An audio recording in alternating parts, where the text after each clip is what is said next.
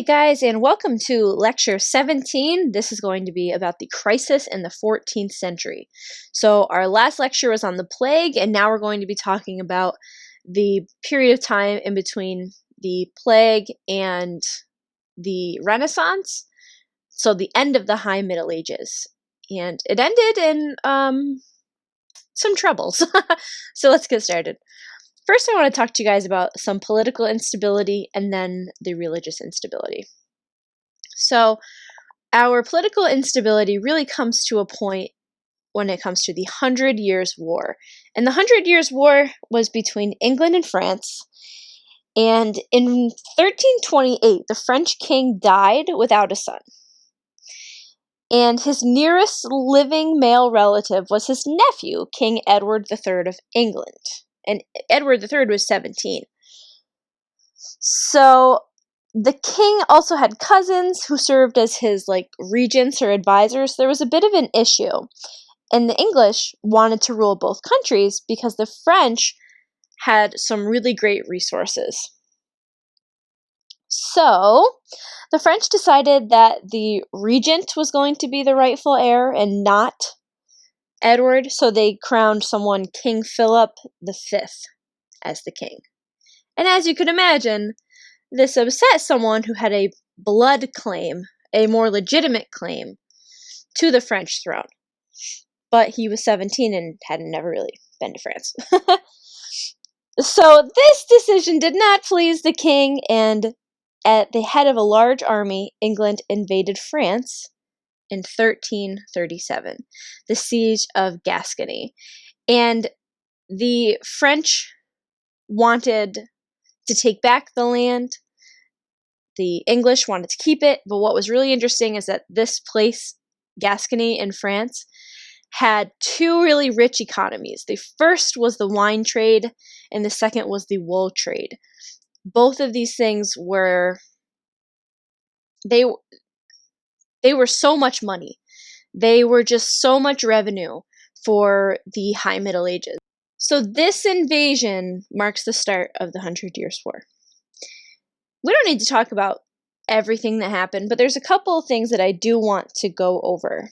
The first is the Battle of Crécy, which was the English just absolutely annihilating the French.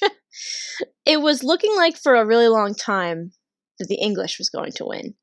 And then we have the Battle of Agincourt. And the Battle of Agincourt is really famous because it was pouring rain, and the English and the French meet on this field. And it is just absolutely pouring rain. And neither of them want to attack each other. They want to lure the other into attack.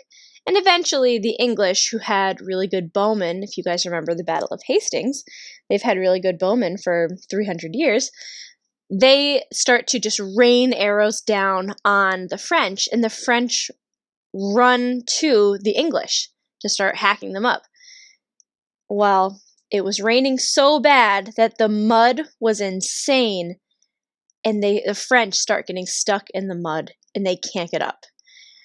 And so the English come in and just start slashing everyone to bits, just absolutely destroying the French. And it was looking like France, who was, I want to say, 4 or 5 times bigger than England, was going to be losing the 100 Years' War. Until Joan of Arc.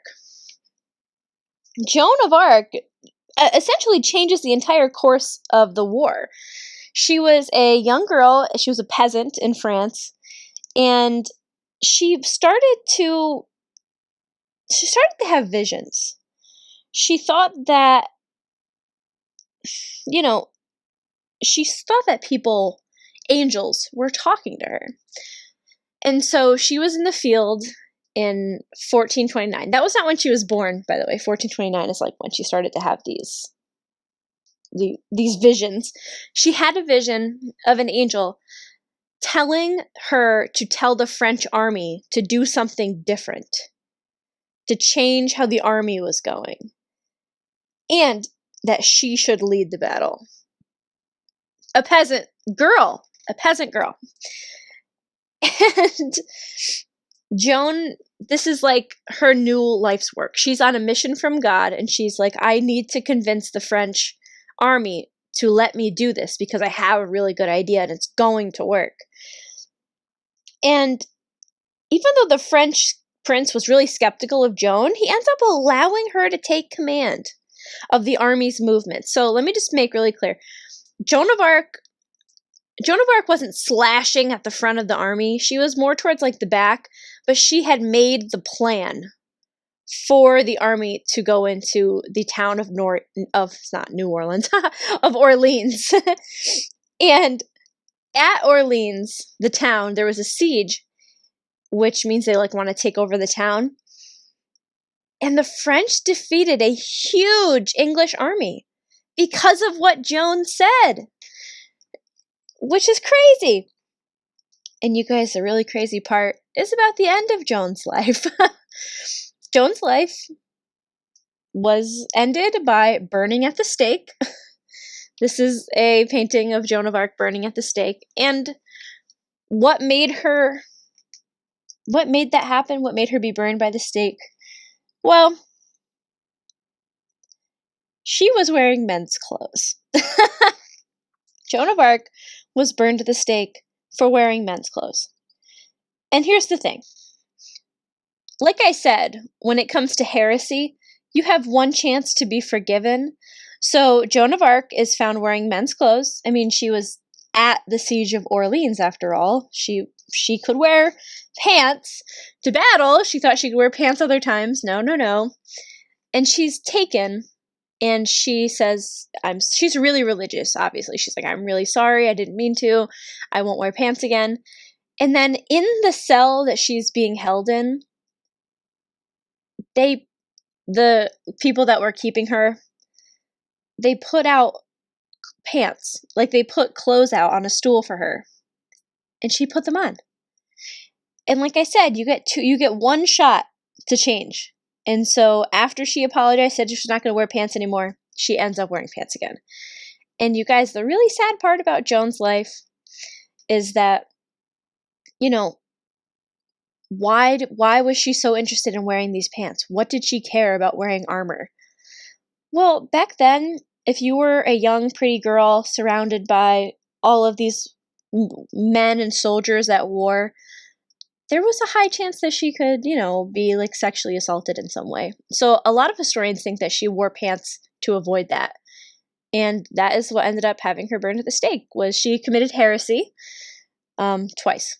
So Joan dies, but Joan saves the French, which leads us to our next kind of part in the 100 Years' War. The Battle of Castillon, which is a huge French victory. So after Joan of Arc, the French just keep winning. Remember in the beginning, it was like the English are going to keep winning. No. The English become bankrupt. And the Battle of Castillon is the official end of the 100 Years' War, mostly because, the French win, but the English could not afford to keep fighting. Everyone was too poor to keep fighting, but definitely England. England was in a huge amount of debt. And as you guys could imagine, this causes some problems. Remember how the debt in France in the late 1700s leads to the French Revolution? Because who pays the debt? It's going to be the poor people that are taxed that are paying the debt. And the 100 Years' War happens around the time of the Black Plague because it's 100 years. So there's times where the plague is not bad, there's times where the plague is bad. So not only is Europe being decimated by the plague, England and France are being decimated by the plague, but then they're spending too much money on silly things like war that lasts 116 years, or 14, or whatever. After the 100 Years' War, more political instability happens because we have the War of the Roses. And I'm not going to go into the War of the Roses too much, but it's an English civil war that happens after the 100 Years' War. So we have the Lancasters, which have a white rose, and a young male wants to have the claim. And then we have the Yorks, which is a red rose, and a female wants to have the claim. And if you guys ever watched Game of Thrones, maybe these names sound kind of familiar. Lancaster, Lannister, the Yorks, the Starks. So the author of Game of Thrones modeled a lot of the political parts on the 100 Years, or the War of the Roses. Sorry, the War of the Roses. And eventually the Lancasters win, which leads us into the Tudor era of England, which we'll be picking up with, I think, next week. And there's a couple other parts of political instability that I want to go over, especially in France, but some parts of just general Europe. Like we said with the plague, there's a breakdown of the feudal system because kings are dying, knights are dying, lords and ladies are dying. And in addition to the leaders dying, there's just a lack of male heirs and money.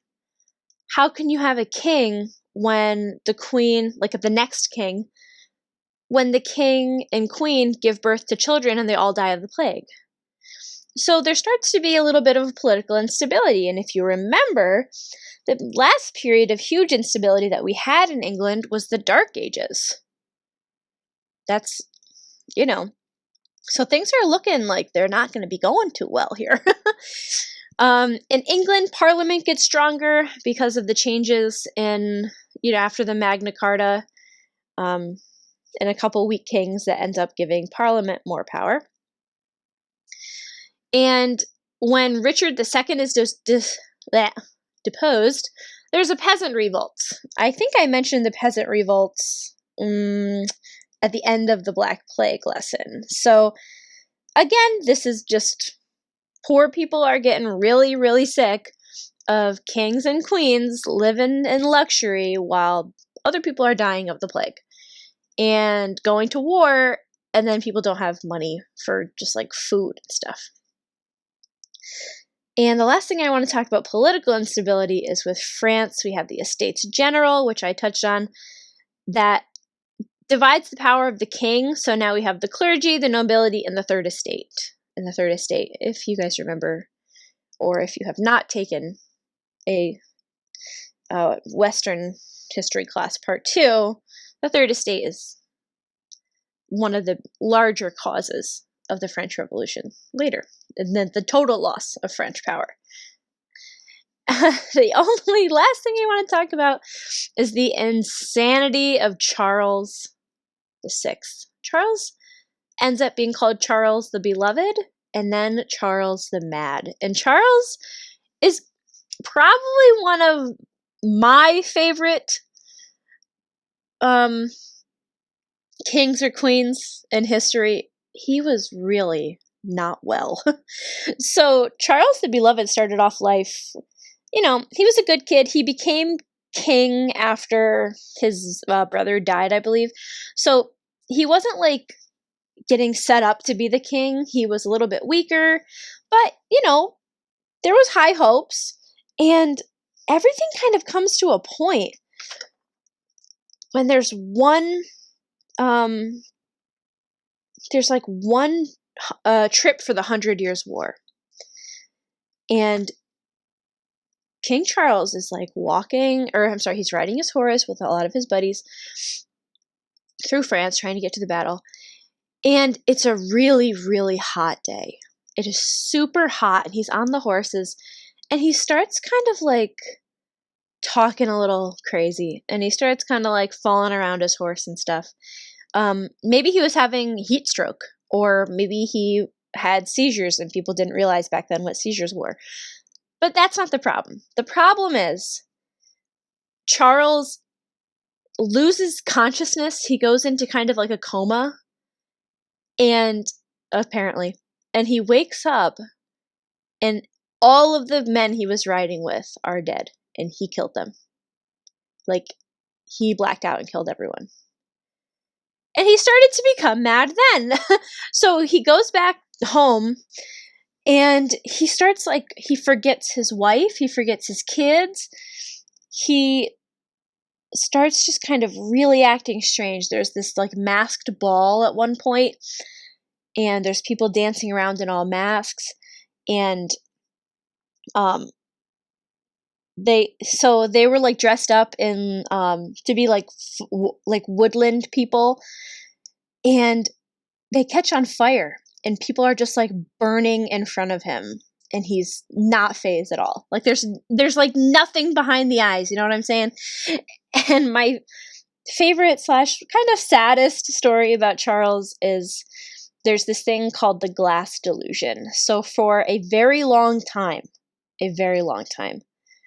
he thought that he was made of glass and that he could break really easily. So he actually would have iron rods sewed into his clothes to make him stronger so that if people touched him, he wouldn't break.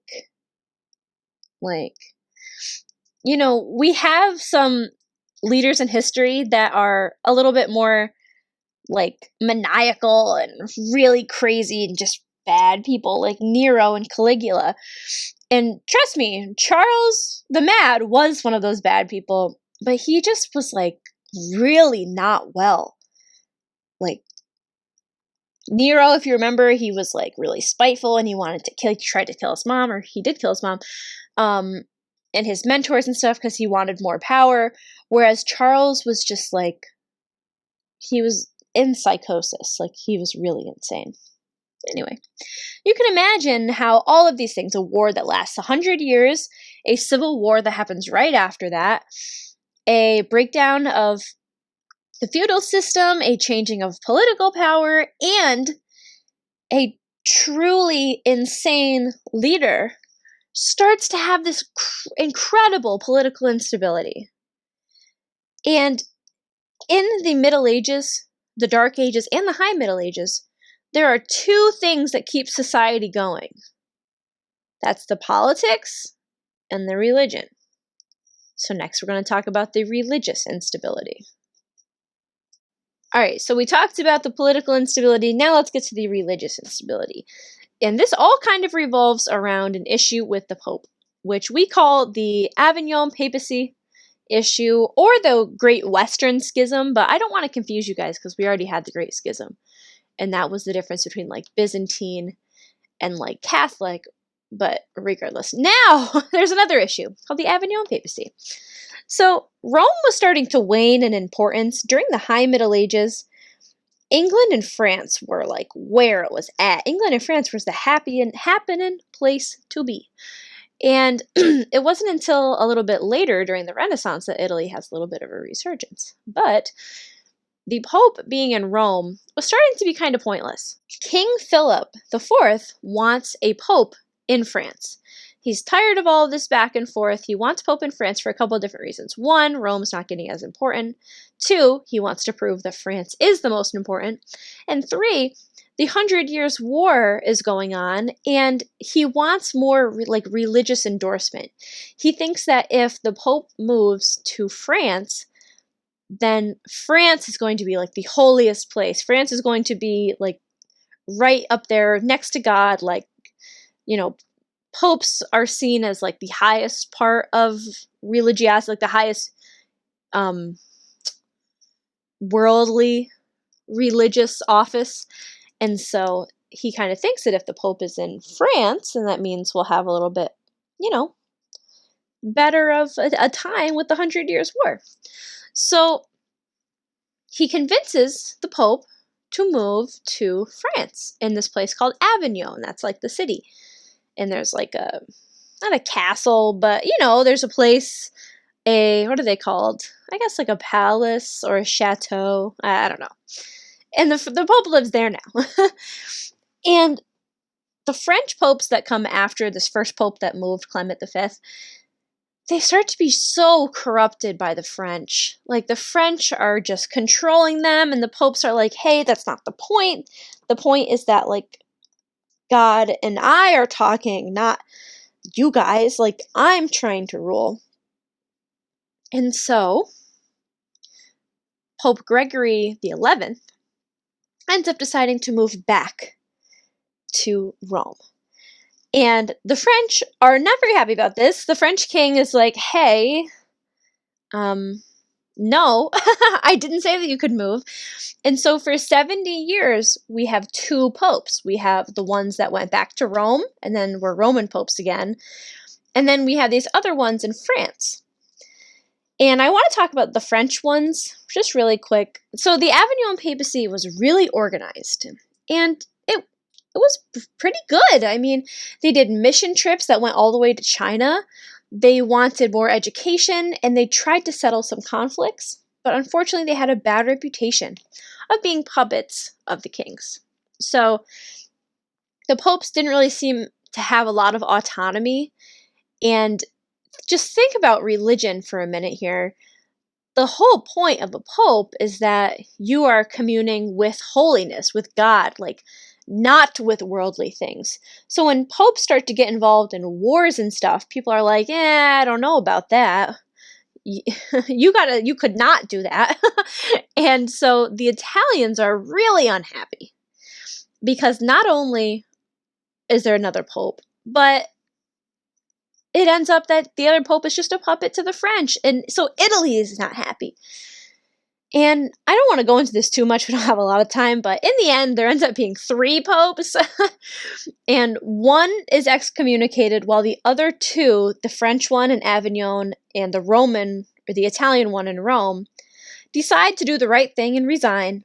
And then there's one pope, and he lives in Rome, and his name is Martin V. Okay, that's all we need to know about the Avignon papacy. Before we end for the day, I want to talk about the Spanish Inquisition because that was another time of religious instability. And this happens in, Spain, get it? If you guys remember, Spain was controlled by Muslims for a very long time until the Reconquista. And so now we have Spain kind of catching up on some lost time. Spain was not able to have that, Christian, during the Dark Ages, remember how Christianity was like the most important thing? Well, in France, it wasn't always in Spain, it wasn't always like that. So King Ferdinand and Queen Isabella decide that they want to have more power to the Catholics, to the Christians, and they want to target some people that they don't like, namely Jewish people, Muslims, because that's who did control France, women, because, and gay people. And during this time, there was a couple different procedures. First, you were accused, and you could admit that you did something and be tortured but not killed. And the problem with the Inquisition is oftentimes you had to name other people. And I don't want to get too much into the torture part, but when people are being tortured, it's kind of hard to trust what they'd say. If we were going to be torturing someone and we said, name the person who sold you these drugs, then you might just say a name to stop being tortured, So a lot of innocent people died during the Spanish Inquisition or were tortured really badly. The next is that you would be detained, so just like completely isolated for a long time. If you guys are into any prison shows like Orange is the New Black or Lock Up or anything, this is kind of like being in SEG, the shoe or the hole, as they say, where you're just like in one cell by yourself for a long time. But then there was the torture and death part. And the Spanish Inquisition wasn't as much about like the Iron Maidens and the Brazen Bulls. They enjoyed the burning at the stake because the burning at the stake was a nice public thing. There wasn't like a bunch of bloody body. You would just burn, and it was a really public thing. Like you would watch someone burn alive. That would stop you from acting like a silly woman or a gay person, or that'd make you want to pretend you're not Jewish or Muslim if you're seeing people being tortured and burned alive. Anyways, the worst inquisitor, probably of all, some say is one of the most evil people in history, is Tomás de Torquemada, and he's called the Black Legend because he was just really bad. He forced 300,000 Jews and heretics out of Spain, but just tortured and killed people in record numbers. And the interesting thing is that he was named the Grand Inquisitor by the Pope. So just think about for a minute the politics of religion, like all of this torture and horrible stuff, one of the most evil men in history. But the Pope is saying, yeah, do it.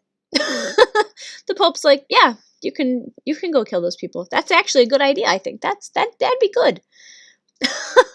So we get to have such a period of political instability with all of the wars, the Hundred Years' War, the War of the Roses. Then we have a religious instability with the Avignon papacy and with the Spanish Inquisition. So you would think we would go into another Dark Ages and everything is terrible. But this time, things are going to be different because we have the Renaissance. The Renaissance changes everything. And so we will be talking about the Renaissance next class.